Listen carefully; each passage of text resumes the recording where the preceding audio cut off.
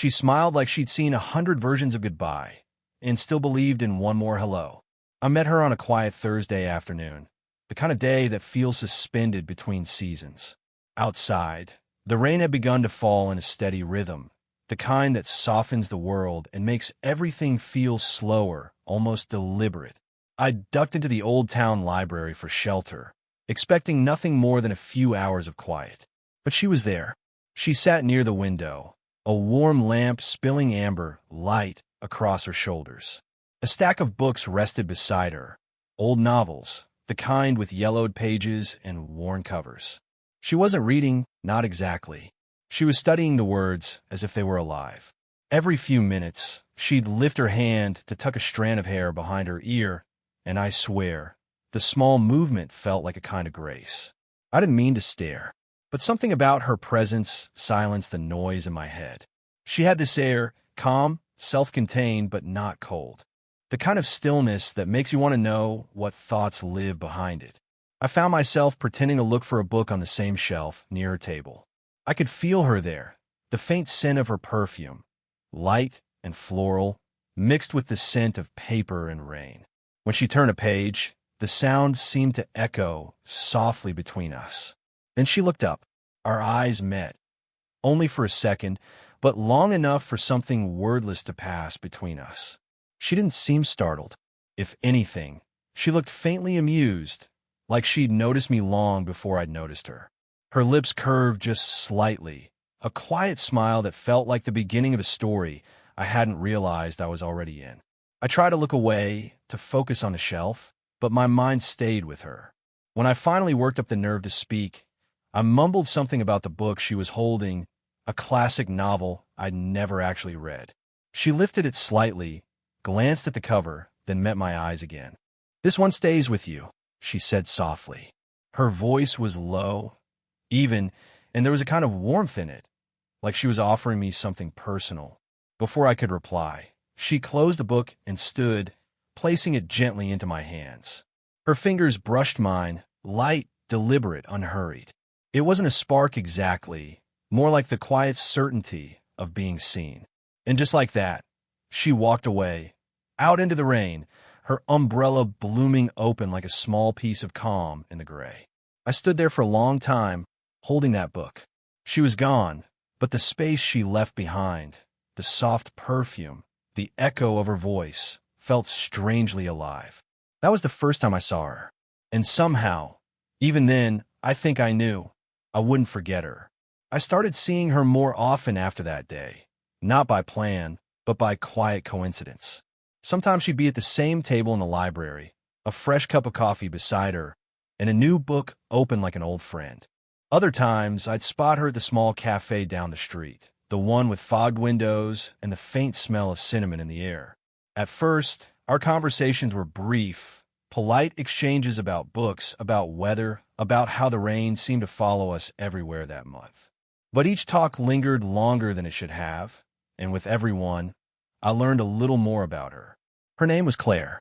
She worked in design, not the digital kind, but the kind done with real materials, fabrics, sketches, textures.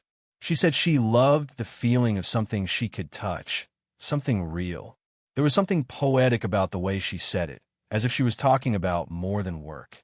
When she spoke, she never rushed. She had this measured calm, like every word was being chosen with quiet honesty. Sometimes, when I told her stories from my own life, messy, uncertain, unfinished things, she'd smile gently and say, "You've still got time." She made it sound like a promise. One afternoon, we found ourselves sitting side by side at that same cafe, rain once again whispering against the window. The air smelled faintly of coffee and wet pavement. She was reading something printed, an old essay, her fingers resting lightly along the edge of the paper. I asked what it was about.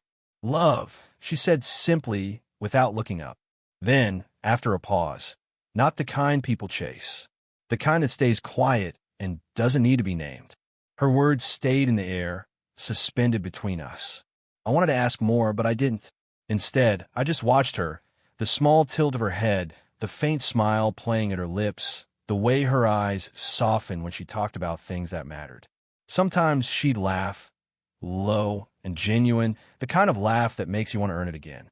She didn't laugh often, but when she did, it changed the atmosphere around her. One evening, as we both reached for the same book on a display shelf, our hands brushed. Just a moment, but it was enough to make the world still. Her fingers were warm, soft, steady. I looked up, and she was already looking at me. Neither of us moved away. She smiled, slow, quiet, knowing. "Looks like we got similar taste," she said. I don't remember what I replied. I only remember the faint scent of her perfume, the calm rise and fall of her breathing beside me, and the quiet realization that she'd already become a part of my thoughts, effortlessly, completely. It was a Friday evening when I saw her again, somewhere I didn't expect, an art exhibition at the local gallery. I'd come with a friend who eventually drifted off to mingle, leaving me alone among the paintings and quiet murmurs. And then, across the room, I saw her. Claire. She stood before a large canvas, a wash of muted blues and golds that looked like the sea just before dawn. Her hair fell loosely over her shoulders, her posture relaxed yet deliberate, as if she was listening to the painting itself. For a moment, I didn't move.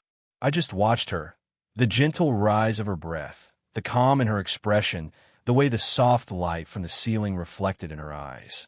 She seemed different here, more open, maybe even a little vulnerable, surrounded by colors and silence instead of words. When she finally noticed me, she smiled, not with surprise, but with the quiet ease of someone who had already guessed I might show up. "You again," she said, her voice carrying that familiar warmth. "Seems we share more than book preferences," I replied, half smiling. We walked together through the gallery, our steps echoing softly on the polished floor. Every few minutes, she'd stop in front of a painting, tilting her head just slightly, as though searching for something she couldn't quite name. I found myself doing the same, not looking at the art but at her. At one point, she paused before a piece that was nothing but brushstrokes of deep red and white. "What do you see?" she asked. I hesitated. The easy answer would have been something abstract, emotion, chaos, beauty. But the truth was simpler. "I see you," I said quietly. The words slipped out before I could stop them. She turned toward me then, her expression unreadable. For a moment, I thought I'd gone too far.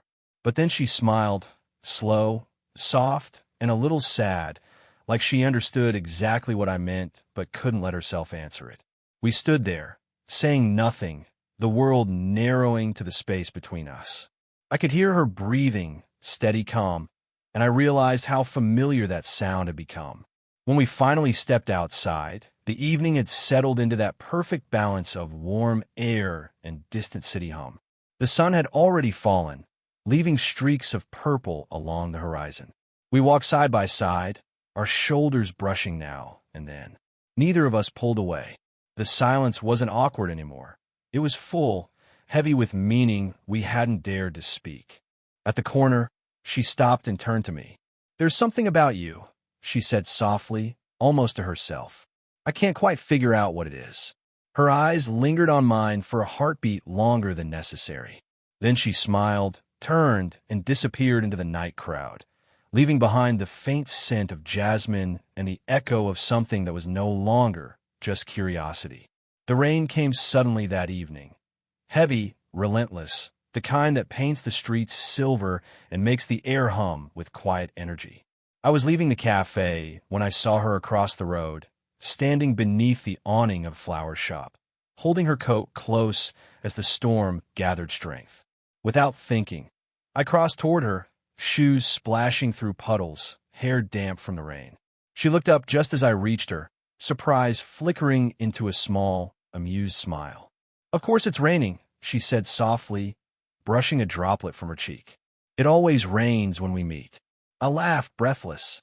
"Maybe it's trying to tell us something." "Maybe," she said, her voice low and thoughtful. "Or maybe it's just reminding us that some moments aren't meant to stay dry." The air between us felt charged, not from the storm, but from the quiet recognition that we'd both been walking the edges of something we couldn't name. We stood close, sheltering beneath the narrow awning. The sound of rain hitting the ground filled the pauses between words. I could smell the faint sweetness of the flowers behind us, Jasmine, rose, lavender, blending with the scent of rain-soaked air. Her hair clung slightly to her face. Without thinking, I reached up to brush a strand away. My hand hesitated halfway, uncertain, but she caught it gently, guiding it the rest of the way until my fingertips brushed her skin. Her cheek was cool from the rain, her touch warm against mine. For a heartbeat, neither of us breathed. She looked up at me, her expression soft, distant, and achingly human. "You're too young to understand what stays with you," she said quietly.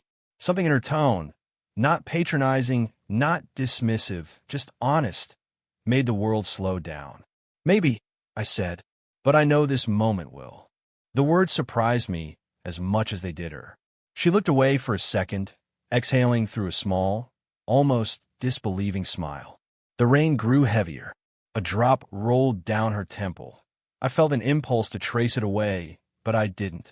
Some part of me knew that silence was the only thing honest enough for what we were feeling. Then she spoke again, voice barely above a whisper.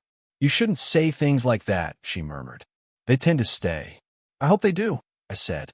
Her eyes lifted to mine, steady, searching. For a moment, I thought she might step back, but she didn't. She stayed.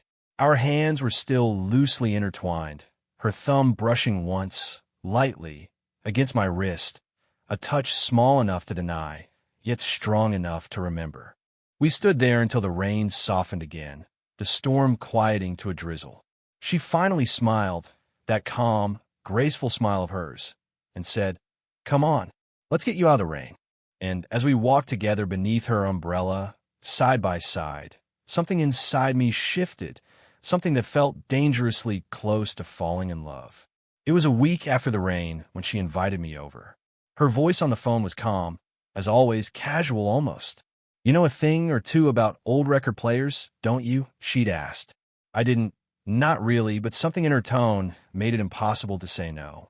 Her home was tucked along a narrow street lined with trees, a small, lived-in place that felt like her. Inside, everything had a quiet warmth. Shelves filled with books, sketches pinned to the walls, the faint scent of jasmine and wood polish. A single lamp lit the room in a soft amber glow.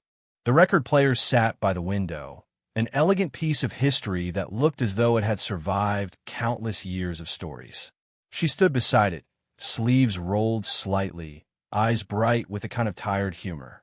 "It stopped working last night," she said, "and I realized I missed the sound of it more than I should." I knelt beside the turntable, pretending I knew what I was doing, checking wires, brushing off dust, adjusting the needle. She watched from the couch, her chin resting on her hand. The silence between us wasn't awkward anymore. It was full, the kind that hums with comfort. When the record finally started spinning again, the first notes filled the room, warm, crackling jazz that felt older than either of us. She smiled, eyes softening. "There," I said. "Fixed." She tilted her head slightly. Or maybe it just needed company. She poured 2 glasses of wine and handed me one. The glass was cool against my fingers. Her hand lingered as she passed it to me. We sat together, the music wrapping around us like a low conversation. She told me about her past, pieces of it at least. How she'd once lived in the city, chasing deadlines and losing herself in noise. How she'd left when it stopped feeling like life and started feeling like survival. There was no bitterness in her voice, just acceptance. "I used to think love was supposed to be loud," she said softly. "But maybe it's supposed to be quiet, steady." I didn't answer. I just listened, to her voice, to the music, to the quiet rhythm of something real growing between us. When the song changed, she stood and offered her hand. "Dance with me?" I hesitated, then took it. Her fingers fit easily into mine, warm, certain. We moved slowly, almost without motion, just swaying. Her cheek rested lightly against my shoulder. The scent of her hair, the softness of her breath, the gentle weight of her hand against my chest, everything about the moment felt fragile and infinite at once. Neither of us said anything. We didn't need to. When the record ended, the silence that followed didn't feel empty. It felt complete. And for the first time, I realized she wasn't just someone I admired. She was someone I was beginning to feel deeply, impossibly, quietly. She called me one evening, her voice gentle but distant, like she'd already made peace with something I hadn't yet sensed. "Meet me by the water," she said. Before sunset, the sea was calm that day. A muted horizon stretched in pale gold and violet. The tide breathed in and out, unhurried. She was standing near the rocks when I arrived, the wind playing through her hair, her coat fluttering softly behind her. For a moment, I just watched her. Something about the way she stood there, still composed and quietly radiant, made me hesitate to interrupt. She turned when she heard my footsteps, and her smile was different this time. Not the warm, amused one I'd grown used to. This one was smaller, fonder, almost like she was memorizing me, too. "I was hoping you'd come," she said. "I always would," I answered. She looked toward the horizon, her gaze tracing the fading line of the sun. "I'm leaving tomorrow," she said finally. "Back to the city for a while. I've been asked to take on a project there." The words settled in my chest, heavy and sharp. I tried to mask the disappointment in my voice. "For how long?" "I don't know," she said softly. "Maybe a few months. Maybe longer." The sea wind carried her words away almost as soon as she spoke them, but they lingered somewhere deeper, between her tone and the silence that followed. We walked along the beach without saying much. The sand was cool beneath our feet, the waves brushing close but never quite reaching us. At some point, our hands found each other, a quiet, instinctive motion. Her fingers slipped into mine easily, like they'd been waiting there. When we stopped walking, she turned toward me, close enough that I could see the faint reflection of the setting sun in her eyes. The moment stretched, that slow, golden pause before everything changes. "I don't want this to be the last time I see you," I said quietly. Her hand rose to my face, her thumb brushing along my jaw in one slow, tender motion. Her touch was light, but it anchored me, as if the world had suddenly narrowed to that single point of contact. She smiled then, soft, luminous, knowing. "You'll remember this moment forever," she whispered. For a second, the world stopped. The sound of the waves faded. The wind paused. Then she laughed, that low, melodic laugh I'd come to love, and it broke the stillness like sunlight breaking through clouds. I didn't speak. I couldn't. I just stood there, memorizing everything. The warmth of her skin against mine, the scent of salt and jasmine, the way her eyes seemed to hold both goodbye and gratitude. And when she finally stepped back, I knew she wasn't saying she'd forget me. She was saying this was enough, that some moments don't need forever to be eternal. Soft ocean breeze, distant gulls. Gentle piano notes, like echoes of a long-forgotten song. Years have passed since that evening by the sea. The tide has come and gone countless times, but every time I walk along that same stretch of sand, I still hear her laughter, faint, carried by the wind, as if it never truly left. I've built a life since then, a quieter one, more deliberate. The kind she used to talk about. Work, friends, days that start early and end with the satisfaction of something finished. But every now and then, when the world slows down, she returns, not in person, but in memory. Sometimes it's a scent, jasmine on someone's scarf. Sometimes it's a sound, the soft crackle of an old record spinning in a shop window.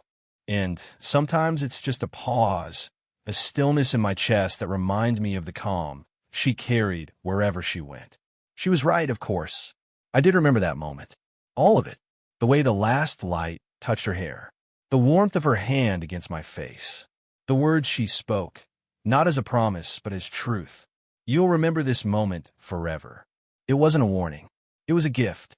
I used to think love was measured by how long it lasted, by permanence, by possession, by two people holding on. But she taught me something quieter, that sometimes love exists just to change you, to show you something true about yourself, even if it only stays for a season. And she did change me. I began to see beauty in stillness, in patience, in the spaces between words. I learned that connection doesn't always need to be declared. Sometimes it's enough to feel it, to live it, to carry it quietly in the background of your days. I never saw her again after that night. I heard, months later, that she'd finished her project and moved abroad. No goodbye, no message. But somehow, it felt right that way, as if the story had chosen its own perfect ending. Now, when I stand here, on the same beach where she said those words, I finally understand what she meant. Some people don't belong to the future or the past. They belong to the in-between, the moment you meet them, the moment you lose them, and the invisible thread that stays long after. I close my eyes, listening to the tide. The air smells faintly of salt and rain, and for a heartbeat, I swear I can feel her beside me. Calm, steady, infinite. And in that quiet, I smile, because she was right all along. I did remember. Every second, music swells, the sound of waves fades into silence, leaving only the echo of her soft laughter.